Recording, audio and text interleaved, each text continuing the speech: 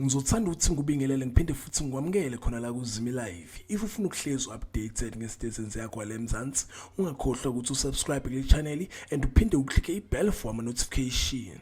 So kule video namhlanje ngizokhuluma ngendaba ezithinta ezozalo. Ngizoqala ngikhulume ngayo lapha indaba ethinta yena uGugu Gumede odlala indawo kaMamlambo kuZalo.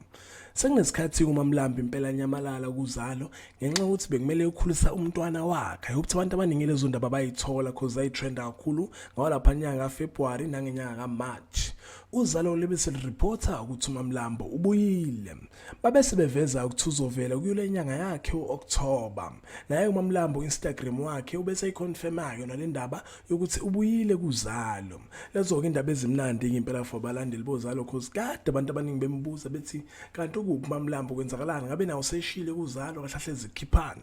Njengamanje usuyazi ukuthi uMamlambo ubuyile kuZalo somlindela nje lama episode azayo kuyole nyanga yakhe uOctober.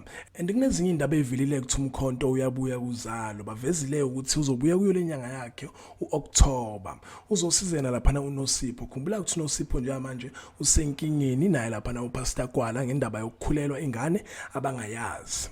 So yena Mkhonto uzofika ke uzosiza uNosipho. Kuvela ukuthi uzovela uyole nyanga yakhe uOctober. Impela isazobuya kuZalo. I hope abantu abaningi bamkhumbula uMkhonto ubhuti wakhe uXabashe. So bengifuna update ngazo kulezi ndaba cethu ungakhohlwa nje ukuthi ulike le video ayingithi ke nje danke ngiyabonga.